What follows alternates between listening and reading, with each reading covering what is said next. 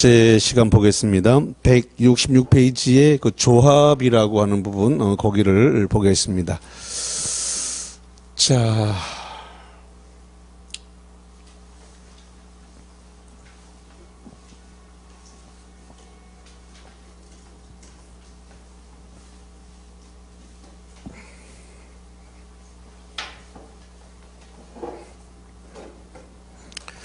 지금 어딘가를 도시개발구역으로 이렇게 지정을 했습니다.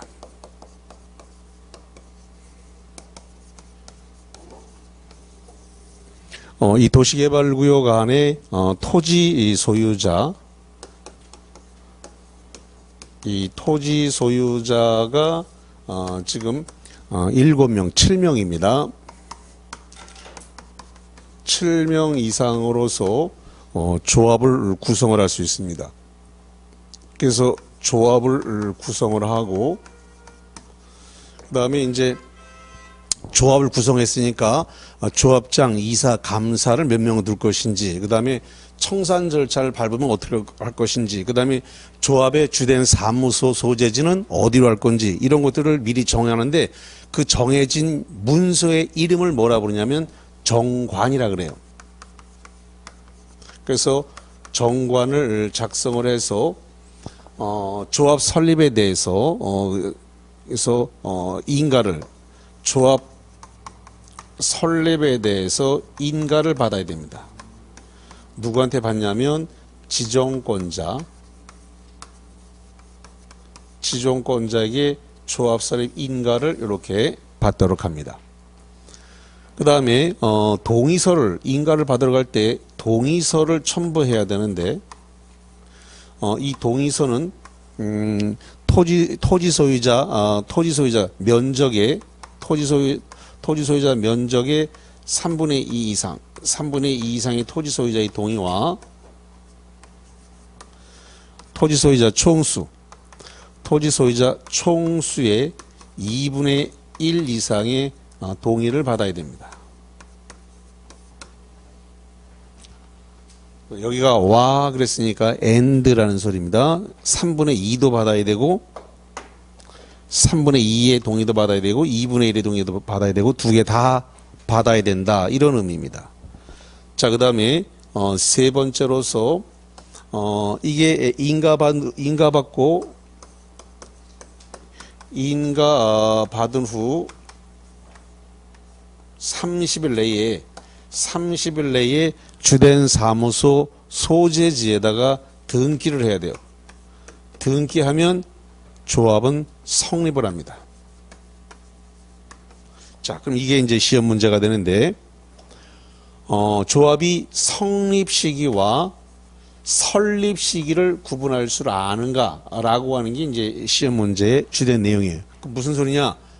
조합은 등기를 함으로써 성립이 되는 거고 인가를 받음으로써 설립이 되는 거예요. 그래서 설립 시기와 성립 시기를 구분할 줄 아는가? 그럼 시험 문제는 이렇게 내죠. 등기함으로써 조합은 설립된다. 틀렸네요. 등기하면 설립이 아니라 뭐예요? 성립.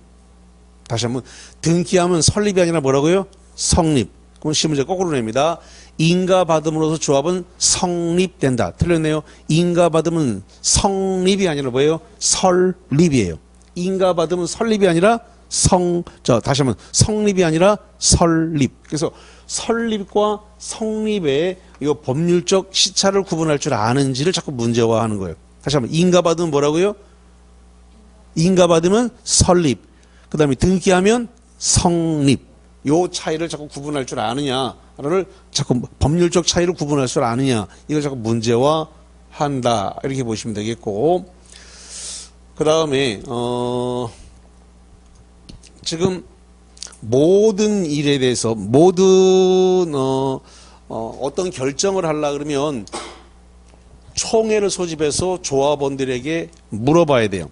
근데 총회를 한번 소집을 하려고 그러면 조합원 전부를 소집하려고 그러니까 돈도 많이 들어가고 시간도 많이 들고 그래요. 그러다 보니까 자기네 업무를 이렇게 대행시킬 수 있는 대의원회를 둘 수가 있는데, 조합원이, 의결권을 가진 조합원이 의결권을 가진 조합원이 50인 이상이다. 의결권을 가진 조합원이 50인 이상인 조합은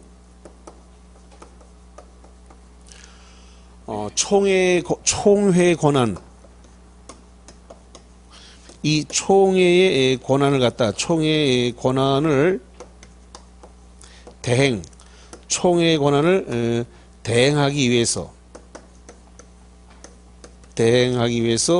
대의원회, 이 대의원회를 갖다가 둘 수 있다라고 돼 있어요. 둘 수 있다 그랬으니까 이걸 뭐라 부르냐, 우리가 임의기구다 이렇게 얘기를 해요. 두어도 되고 안 둬도 되고 하는 선택사항이다 이런 뜻이 되겠죠. 그래서 이거 구분하시면 되겠는데 저쪽 우리 저 교재와 관련해 가지고 170페이지를 한번 볼게요. 170페이지 그 꼭대기에 보면은 거기 대의원회라고 하는 말이 나왔어요. 맨 꼭대기입니다. 거기 임의적이다. 임의적이라는 말은 재량이라는 소리예요. 의결권을 가진 조합원의 수가 50인 동그라미 50인 이상의 조합은 총회 권한을 대행하기 위해서 밑줄 칠까요? 대의원회를 둘 수 있다. 둘 수 있다 그랬으니까 이 대의원회는 임의기구다. 필수기구가 아니라 임의, 두어도 되고 안 둬도 되고 이게 임의기구다 이런 이야기가 되겠습니다. 자, 그러면 프린트물과 관련해서 메일 정리 노트를 한번 볼게요. 자, 메일 정리 노트와 관련해 가지고 5번을 한번 보겠습니다. 5번입니다. 도시개발 조합을 설립하기 위해서는 이 도시개발구역 안의 토지 소유자 7인 7명 이상이 정관을 작성해서 시장, 군수, 구청장의 조합 설립 인가를 받아야 된다. 자, 5번에다가 별별 2개 칠게요. 아주 기출문제가 여러 번 출제가 되어졌던 지문입니다. 이 지문 그대로 출제됐던 지문이에요. 자, O일까요? X일까요?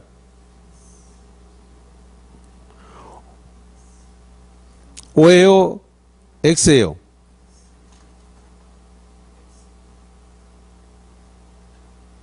뭐라고요? 이쪽 선생님 왜 X라 생각하시는데? 예?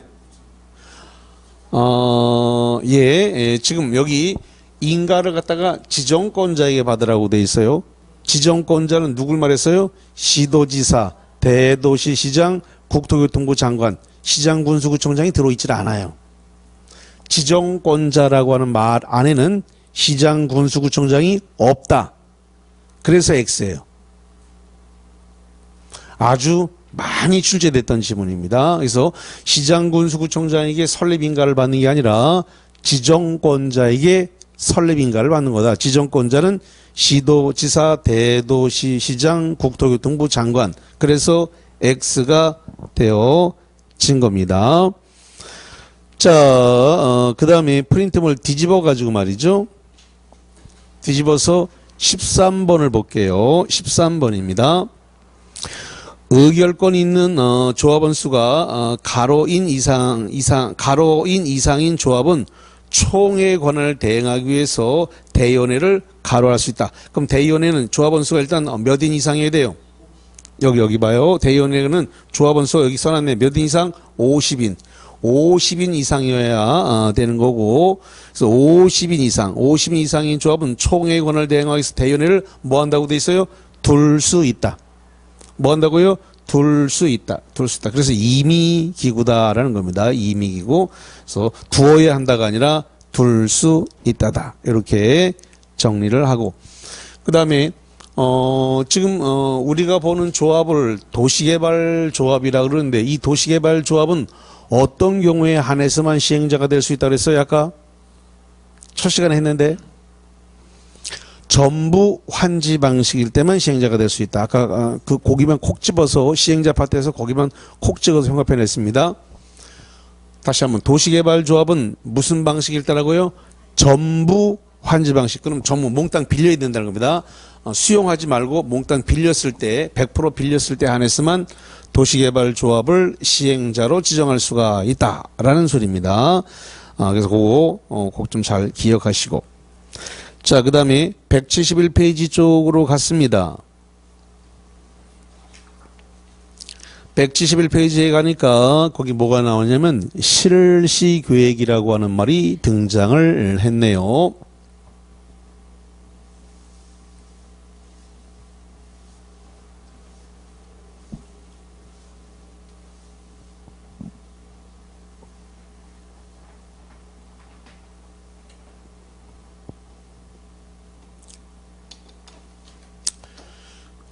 자, 지금 실시 계획이라고 하는 말이 나왔는데 요 실시 계획은 현장에서 작성하는 집행 계획이에요.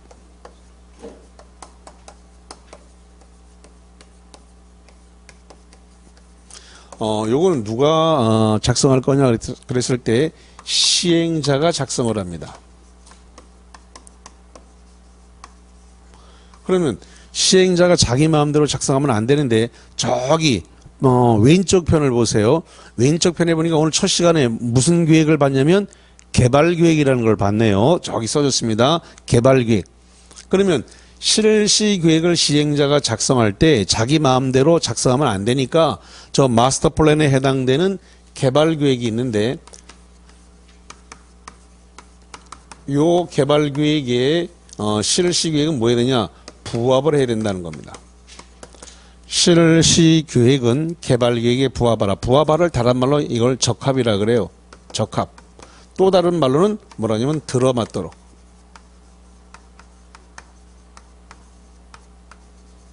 그러면 실시 계획은 개발 계획에 들어맞도록 부합하도록 들어맞도록 수립해야 된다.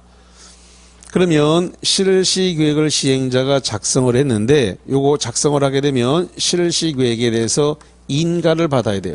인가를 누구한테 받냐면 지정권자에게 인가를 받습니다. 작성된 실시 계획에 시행자가 작성한 실시 계획은 지정권자에게 인가를 받아야 되고, 자, 그 다음에 두 번째입니다. 자, 여기 보세요. 여기 뭐라고 되냐면 이 도시개발구역 안에는 지구단위 계획이 들어있었단 말이에요. 도시개발구역 지정하면 다 자동으로 지구단위 계획구역. 구역이란 말이 무슨 뜻이라 그랬어요? 구역이란 말이 장소, 범위. 요 도시개발구역은 동시에 지구단위 계획구역이다. 합법적 특혜를 받는 곳이란 말이죠. 근데 특혜는 뭘로 주는 거냐면 요 지구단위 계획으로 특혜를 줄 거란 말이죠. 그럼 건폐율을 150까지 줄 수 있는데 150 다 줄 건지 140, 130, 120을 줄지를 결정해야 돼요. 그 다음에 용적률을 200% 준다는데 200% 다 줄 건지 190, 180, 170으로 할 건지 160으로 결정을 해야 돼요. 그러면 그거를 지구 단위 계획을 결정하기 때문에 실시 계획 안에는 지구 단위 계획을 갖다가 포함해서 지구 단위 계획을 포함해야 한다는 거예요.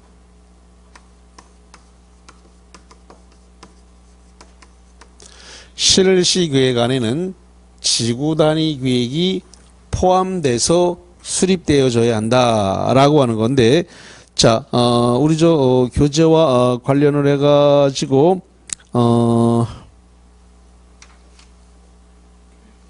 저기 171페이지에 가운데 파란색 1번을 보세요. 171페이지에 파란색 1번에 보니까 그런 말이 들었죠. 시행자는 개발계획에 맞게, 요겁니다. 시행자는 실시계획을 작성하는데 어디에 맞아야 된다고요?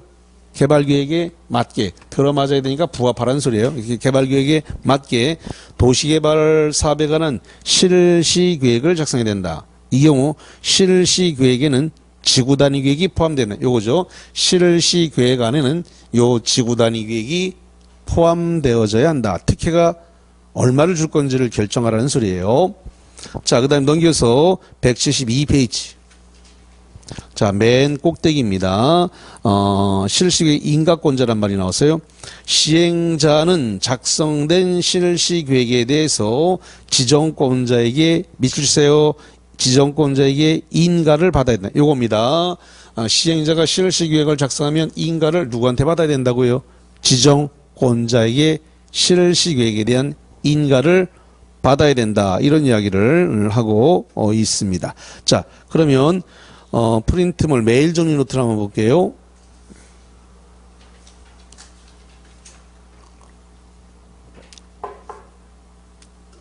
(6번입니다) 실시계획은 가로가 작성하면 실시계획은 누가 작성해야 돼요?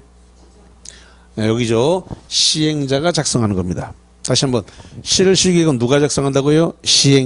시행자가 작성하며 실시계획에는 지구단위 계획이 포함되어야 하고 지정권자에게 인가를 받아야 한다. O다 X다? O. 그래서 실시계획은 지구단위 계획이 여기 실시계획은 지구단위 계획이 포함되어야 되는 거고 인가를 지정권자에게 받아야 된다. 그래서 맞는 말이 되겠습니다. 자, 그래서 일단은 거기까지 봤고, 자, 그 다음에 174페이지 쪽으로 가봅니다.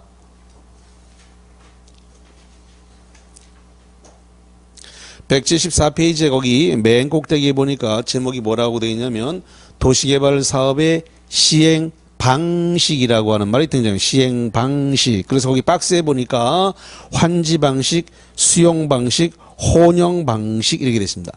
근데 아까 제가 뭐라 그러냐면 환지 방식은 저기 써져 있습니다. 환지 방식은 도시개발을 할 사업 시행 지역을 빌려서 하는 거라 그랬죠? 빌려서 하는 거고. 그다음에 거기 두 번째 칸에 수용 사용 방식은 뭐 글자 그대로 도시개발 구역 안에 있는 땅을 100% 다 수용을 하고 보상금 수용 보상금 주고 그 땅을 다 수용해 가는 것이죠. 환지 방식은 빌려서 하는 거다 이렇게 말씀드렸는데 지금 저 서울 경기도 쪽에 있는 뭐 일산 신도시, 뭐 평촌 신도시, 삼본 신도시, 저쪽 검단 신도시라든가 이런 그 서울 경기도 쪽에 있는 신도시는 전부 다 수용 방식으로 했어요. 다 수용을 해서 대규모로 사업을 하다 보니까 그래서 거의 환지 방식을 보지 못했는데 어디서 봤냐면은 한 10년 전인가? 10년 전인 것 같아요. 10년 전에 저 포항 쪽에서 환지 방식을 봤어요. 포항의 그 원래 기차가 구도심까지 이렇게 쑥 들어가거든요. 왜냐면 포항에 거기 해병 1사단이 있고 막 이러다 보니까 저 외지에서 장병들 싣고 들어와야 되니까 기차가 포항 시내까지 들어옵니다. 근데 이제 KTX역을 만들면서 시내로 KTX를 못 끌고 들어와서 그런지 외곽에다가 KTX를 역을 만들었어요. 흥해라고 하는 데다가 KTX역을 만들고 흥해 KTX역 앞에다가 이 신도시를 이렇게 만들게 됩니다. 그러다 보니까 이제 소문이 났죠. KTX역이 흥해 쪽으로 들어온대 라고 해가지고 소문이 나가지고 땅값이 엄청나게 올라버린 거야. 그래갖고 수용을 하려고 하니까 감당이 안 되는 거지. 그러면 10년 전에 그 포항의 아파트 가격이 얼마였냐 그러면 한 비싼 게 한 2억 5천 정도 2억에서 2억 5천 가는 게 제일 비쌌어요. 지금은 안 그렇지.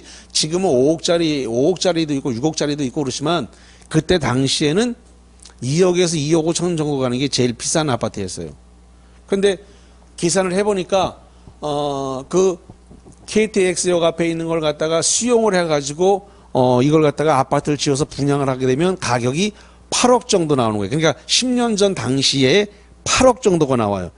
근데 그 당시에 아파트 가격, 포항의 아파트 가격은 가격이 제일 비싼 게 2억에서 2억 5천인데 8억 하면 분양이 안 되지.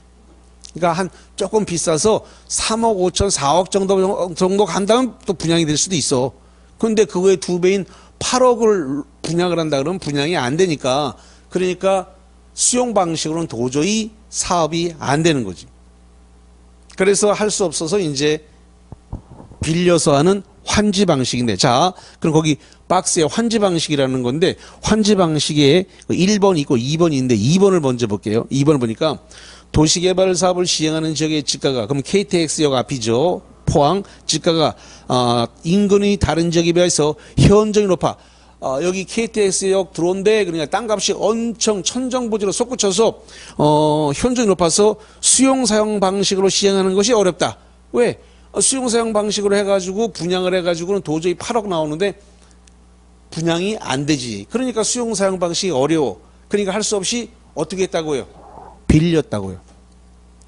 뭐 한다고요? 토지 소유자들한테 땅을 빌려서 하는 환지 방식으로 시행을 할 수밖에 없었다. 오늘 마지막 시간에 환지 방식이 나올 건데 한번 듣고 그 다음에 1, 2월에 듣고 3, 4월에 들으면 훨씬 더 나을 겁니다. 지금은 처음 듣는 이야기들이다 보니까 잘 못 알아들을 텐데 3, 4월 달, 1, 2월 달, 3, 4월 달에 다시 들으면 이제 훨씬 더 이해가 될 겁니다. 자, 그 다음에 거기 환지 방식의 1번 부입니다. 대지로서의 효용 증진. 즉 환지 방식은 빌려서 하는데 그러면 KTX역 들어올 예정지의 땅은 무슨 상태였냐면 허벌판에 전, 답, 과수면, 임야, 잡정지 그런 농사 짓는 땅이었어요. 다. 임야고 전이고 답이고 다 이런 상태야. 그런 땅을 갖다가 빌려다가 구획정리사업에서 도로 상하수도를 갖춰서 건물 지을 수 있는 땅으로 바꿔놨으니까 대지로서의 뭐가 되냐면 효용 증진이 일어나는 거죠. 농사 짓던 땅을 건물 지을 수 있는 땅으로 바꿔놨으니까 대지로서의 뭐가 발생했다고요? 효용 증진. 거기 1번에 대지로서의 효용 증진이란 말이 나왔잖아요. 그래서 그 다음에 공공시설 정비가 필요하다. 그 땅에 도로 상하수도 같은 거 없었는데 거기 구획정리사업을 해서 도로 상하수도 깔았단 말이죠. 그리고 전기 끌어다 놨어요. 그러니까 공공시설의 정비를 통해서 토지를 교환, 보완, 합병 그 밖에 구획변경, 지목, 형질변경했다. 전답, 과수미와 잡종지였던 땅을 갖다가 구획정리사업에서 지목을 대로 바꿨습니다. 대로 바꿨으니까 지목변경, 형질변경이 일어났어요. 지목변경, 형질변경이 일어났어요. 그래서 공공시설의 설치 변경이 필요했다. 그랬을 때 무슨 방식으로 한다? 환지 방식으로 한다라는 겁니다. 수용 방식은 설명이 필요 없어요. 그냥 돈 주고 사들이는 거니까 별 방식이 필요 없고 그 다음에 호용 방식은 여기에 섞이는 겁니다. 수용 방식하고 환지 방식하고 1%만 섞여도 뭐라 그런다고요? 호용 방식이라고 부른다. 이렇게 이해를 하면 되겠습니다. 자, 이제 어디로 가냐면 177페이지로 가니까 글자 그대로 수용 또는 사용 방식이 등장합니다.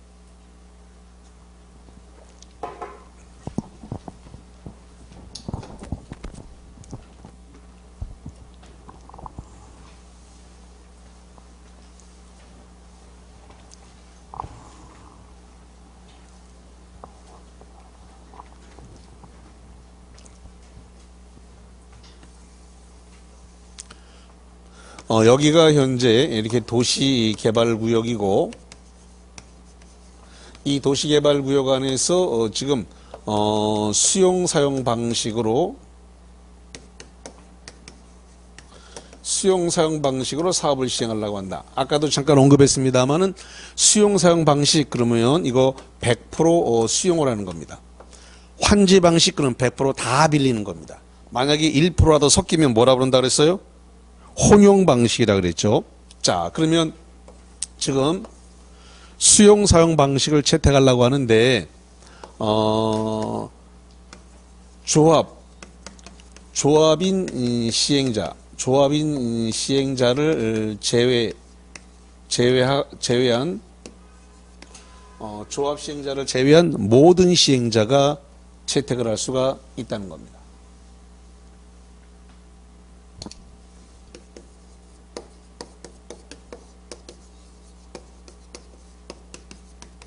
자, 그런 말이죠.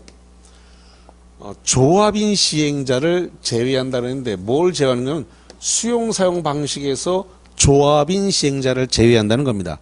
그러면 조합만 빼고는 다 수용사용 방식을 채택할 수 있다라는 건데 이미 아까 전에도 말씀드렸습니다만 조합은 수용사용 방식을 채택할 수 없다. 무슨 방식만 된다 그랬어요? 아까 프린트물에서도 하고 교재도 다 찾아서 표시했잖아요. 전부 환지 방식 때문에 된다라고 그랬습니다. 그러니까 여기가 수용사용 방식이니까 도시개발조합은 어떠한 경우에도 시행자로 지정받을 수가 없는 거예요. 그래서 조합인 시행자는 제외하고 나머지 모든 시행자가 수용 사용 방식을 채택할 수 있다. 그러면 조합을 제외한 민간 시행자, 조합을 제외한 민간 시행자가 수용 사용 방식을 채택을 하기 위해서는 뭐가 필요하냐 그랬더니 첫 번째로서 면적, 토지 소유자 면적의 3분의 2, 면적의 3분의 2 이상을 소유하고 토지 소유자 총수의 2분의 1 이상 동의를 받도록 이렇게 하고 있습니다. 여기서 중요한 건 요건데 면적의 3분의 2가 소유라고 돼 있단 말이죠. 근데 이걸 시험 문제 내면 3분의 2 이상의 동의와 이렇게 내거든요. 지금까지 면적은 전부 다 3분의 2였는데 요게 3분의 2가 동의 요건이 아니라 무슨 요건이 됐다고요? 소유예요. 자, 그럼 요약 기본서 177페이지에 거기 파란색 2번을 보세요. 파란색 2번의 제목이 민간 시행자 수용 사용 시 동의 요건이다. 민간 시행자 중에서 누구를 제외하라고 됐어요? 조합. 아까도 얘기했습니다만 조합은 수용 사용 방식의 시행자가 될 수 없으므로 조합을 제외하고 공동 출자법인 시행자까지 해서 민간 시행자와 공동 출자법인 시행자는 밑에 줄 사업 대상 면적의 3분의 2 이상에 해당하는 토지를 뭐 하라고 됐어요? 소유입니다. 동의라고 안 돼 있어요. 거기 조심하셔야 돼요. 소유하고 토지 소유자 밑에 2분의 1 이상의 동의를 받아야 된다라는 거죠. 자, 그거 잘 좀 기억해서 보세요. 자, 그 다음에 법을 적용하는데 법 적용입니다. 법을 어떻게 적용하냐 했더니 이 법을 갖다가 이 법을 제외하고는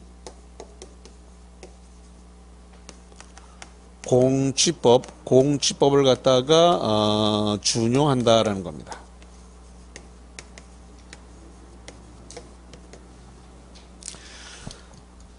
자, 그러면 거기 파란색 3번에 그 밑에 양가로 1번을 볼게요. 토지 등의 수용 사용에 관하여 이 법에, 자, 거기 이 법이라고 하는 말이 등장을 했습니다. 거기서 이 법이란 말은 현재 배우고 있는 법을 가리킵니다. 그럼 현재 배우고 있는 법은 무슨 법을 배우고 있어요?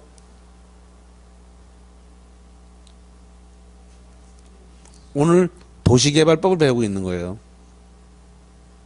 그래서 여기서 말한 이 법이란 도시개발법입니다.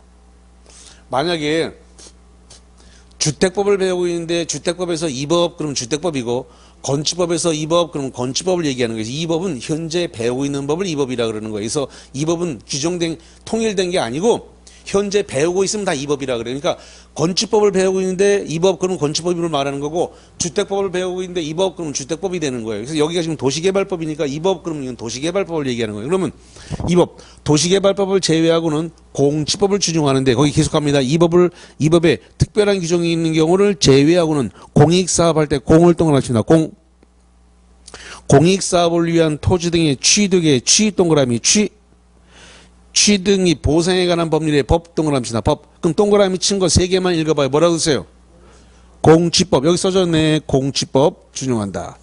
그럼 이것은 제가 정한 게 아니라 법제처에서 그렇게 부르라. 이름을 그렇게 부르라고 정했습니다. 공익사업을 위한 토지 등의 취등이 보상에 관한 법률이 너무 기니까 줄여서 뭐라 부르라고요? 공취법이라고 부른다라고 약칭을 다 정해줬어요. 거기서. 그래서 도시개발법에 규정된 거 외에는 수용사용에 관해서는 공취법을 준용한다. 이렇게 되어 있는 겁니다. 자, 그 다음에 공취법 특례가 나오는데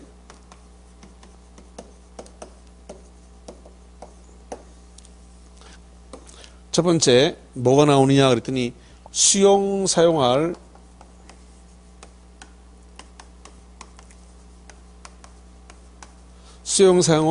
토지의 세부 목록 이 세부 목록을 갖다가 고시했습니다.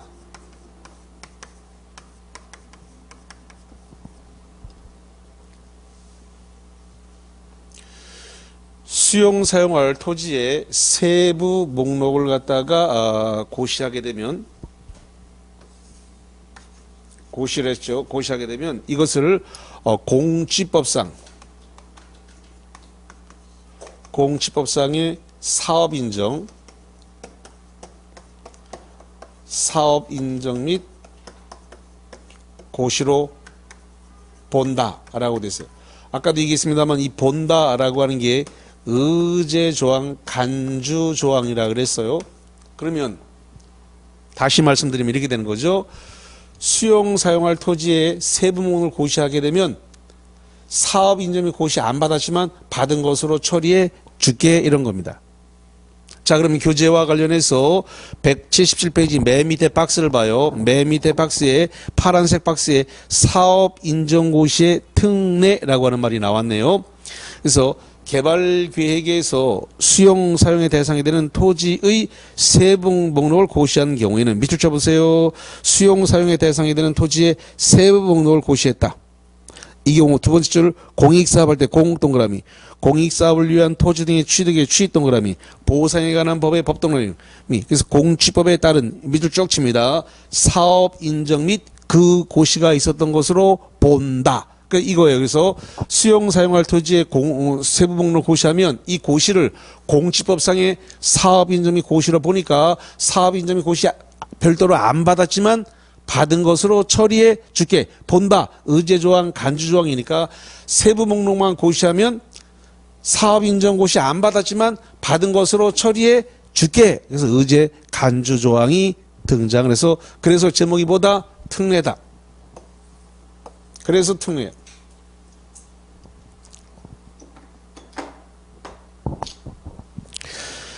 자, 그래서 거기와 관련된 내용 쭉 등장을 했습니다. 자, 그러면 일단은 프린트물을 좀 보도록 할게요. 자, 메일 정리 노트로 가보겠습니다.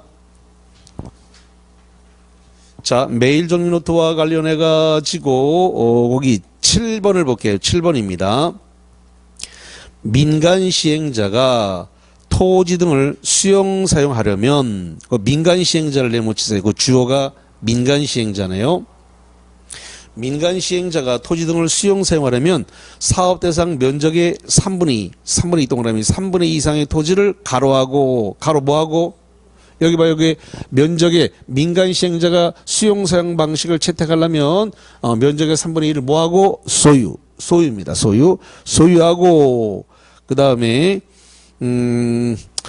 토지 소유자 총수 2분의 1 이상의 가로를 받아야 한다. 가로 뭘 받아야 한다? 동의. 2분의 1 이상의 동의를 받아야 한다라는 겁니다. 자, 그 다음에 프린트물 뒤집어서요. 뒤집어서 14번 볼게요. 14번입니다. 토지 등의 수용 또는 사용에 관하여 이 법에 규정된 경우를 제외하고는 가로를 규정한다. 거기서 이 법은 도시개발법이라고 그랬습니다. 이 법, 수용 사용에 관해서 이 법, 도시개발법에 규정된 걸 제외하고는 뭘 규정한다 그랬어요? 여기 봐, 여기 법적 경우는 수용 사용에 관해서 이 법을 제외하고는 뭘 준용한다? 공취법을 준용한다. 이렇게 보면 돼요. 공취법 준용한다.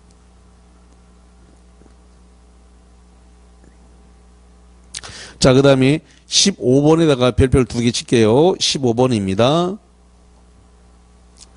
15번에 수용 또는 사용의 대상이 되는 토지의 세부 목록을 고시한 경우에 거기 슬러시 자르고 이것은 공취법에 따른 가로 및 고시가 있는 것으로 본다 동그라미. 그러면 수용 사용의 대상이 되는 토지의 세부 목록을 고시하면 공취법에 따른 뭐로 의지한다 그랬어요? 여기 봐요. 수용 사용할 토지의 세부 목록을 고시하게 되면 뭘로 의지된다? 사업 인정. 수용 사용할 토지의 세부 목록을 고시하게 되면 사업 인정 안 받았지만 거기 써줬네요. 가로에 사업 인정 및 고시가 있었던 것으로 본다라고 되어 있습니다. 본다는 의지조항, 간주조항이니까 여기 사업 인정 및 고시 안 받았지만 받은 것으로 처리해 줄게라는 겁니다. 자, 지금은 처음 배웠기 때문에 이게 뭔 소리야? 웬 소련 말, 러시아 말 같아? 이러는데, 이거 1, 2월에 또 하고, 3, 4월에 또 하고, 7, 8월에 또 하고 계속 하다 보면, 그 말이 그 말이었구나. 라는 걸 아시게 되니까 너무 두려워할 필요는 없다. 이렇게 말씀을 드립니다. 자, 그러면,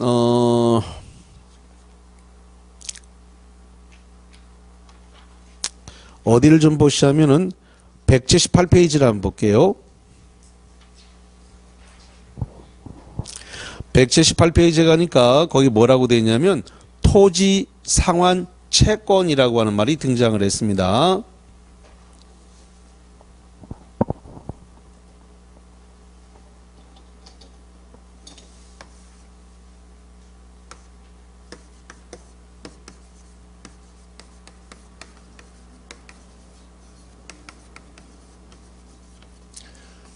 지금 도시개발법에서 수용 사용해서 이 법, 즉 도시개발법을 제외하고는 공치법을 준용하라고 되어 있는데 공치법에 따르면 수용보상금, 다시 말하면 매수 대금이 되겠죠. 수용보상금을 갖다가 현금으로 지급하라 이렇게 되어 있습니다. 공치법을 준용하게 되면 수용보상금, 매수대금을 뭘로 지급하라고요? 현금으로 주라고 돼 있어요. 근데 지금 현금으로 주지 않고 예외적으로 채권으로 줄 수 있다라는 겁니다. 토지 상환 채권으로 줄 수 있다라고 하는 규정이에요. 현금으로 안 주고 뭐로 준다고요? 채권이 어떻게 생겼냐면 이렇게 종이 또가리예요, 종이 또가리.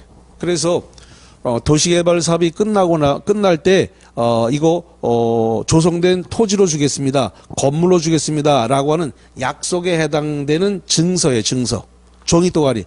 그러니까 돈 대신에 도시개발 사업이 끝나면 조성된 토지나 건물로 드리겠습니다라고 하는 종이 증서를 주는데 그 증서의 이름을 뭐라 한다고요? 토지상환 채권이라고 한다는 겁니다. 그래서 돈을 받아야 되는데 돈 대신에 토지상환 채권으로 받을 수가 있다. 그럼 이거 누가 발행을 할 거냐? 발행자는 시행자가 발행합니다. 토지상환 채권을 시행자가 발행해요. 그러면 시행자가 토지상환 채권을 강제로 발행하느냐? 안 돼요. 강제로 발행할 수는 없고 토지 소유자가 원해야 발행합니다.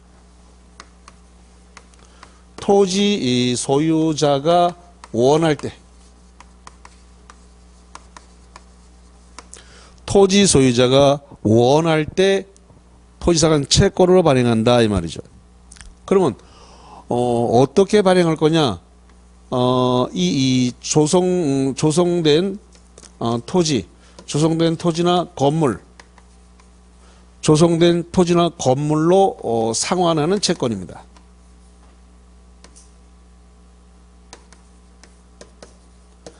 그러니까 돈이 아니라 토지나 건물로 상환한다라는 겁니다. 근데 이 조성된 토지나 건물의 2분의 1을 초과해서 발행할 수는 없습니다. 2분의 1을 초과해서 발행할 수는 없다라고 하는 거. 자, 그 다음에 만약에 이 토지상환 채권을 발행하는데 민간 시행자가 발행하려고 한다. 민간 시행자가 토지상환 채권을 갖다가 발행할 때는 이것은 지정권자에게 승인을 받아야 돼요.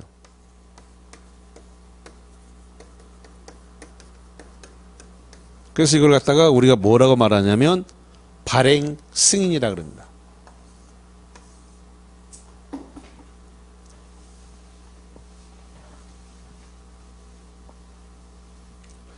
자, 그러면 기출문제가 굉장히 많이 출제가 되어졌는데 이 부분에 대해서 한번 제가 출제된 걸 한번 말로 한번 내볼게요. 맞는지 틀리는지 한번 해보세요. 지방공사인 시행자가 토지상환 채권을 발행하고자 할 때에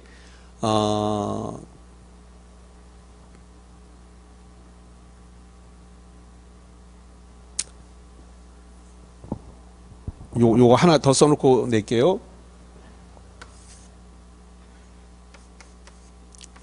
이 민간 시행자는 지급 보증을 받아야 돼요. 지급 보증. 그래서 보험회사라든가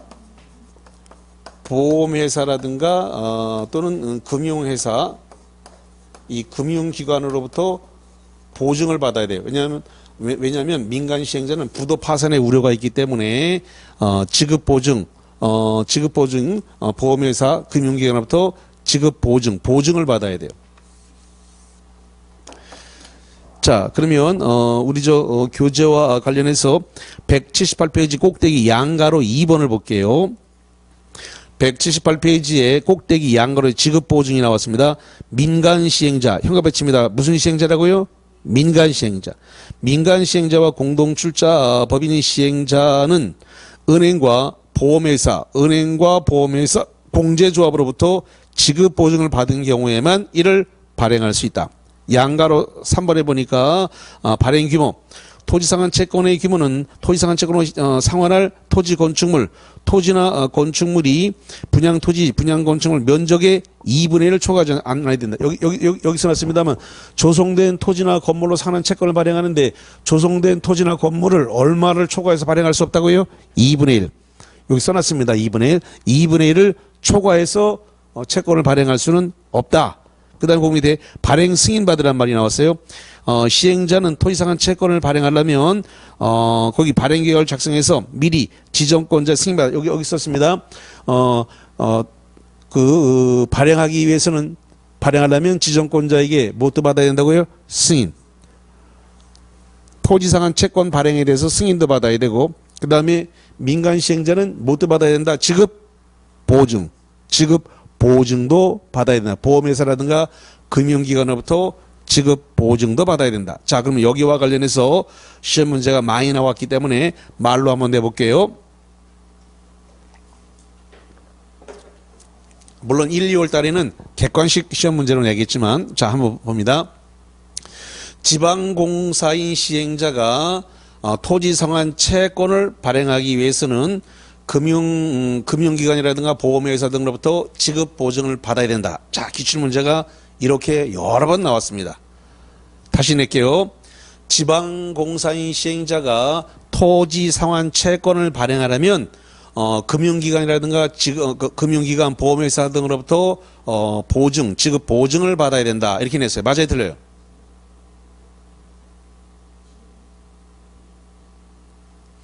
이 시험 문제, 이 기출 문제가 여러 번 출제가 되어졌다고? 맞아, 틀리다?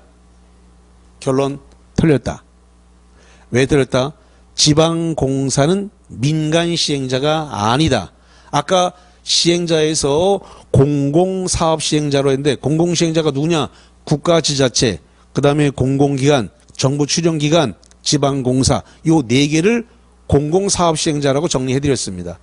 그럼 지방공사가 누구냐? 아까 이랬습니다. 울산도시개발공사, 경남도시개발공사, 서울도시개발공사, 이런 도시개발 공사를 갖다가 지방공사라고 부른단 말이죠. 이 지방공사는 민간 시행자가 아니라 뭐로 간다고요? 공공사업 시행자니까 여기 누가 지급 보증을 받는 거예요?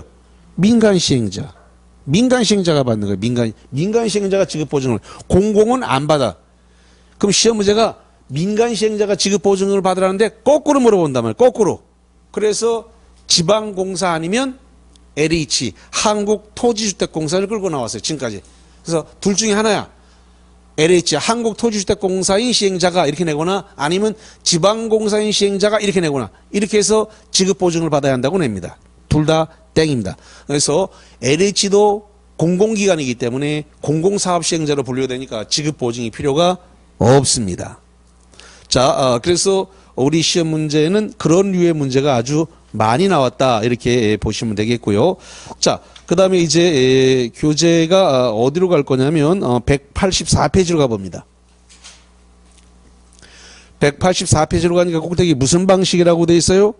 환지 방식이라는 게 나왔습니다. 오늘 곧 마지막 이제 챕터로 가게 되는데 칠판을 다 지워야 돼요. 다 지우고 새로 시작해야 되니까 칠판은 여러분이 지우셔야 되니까 제가 쉬었다가 시작하겠습니다.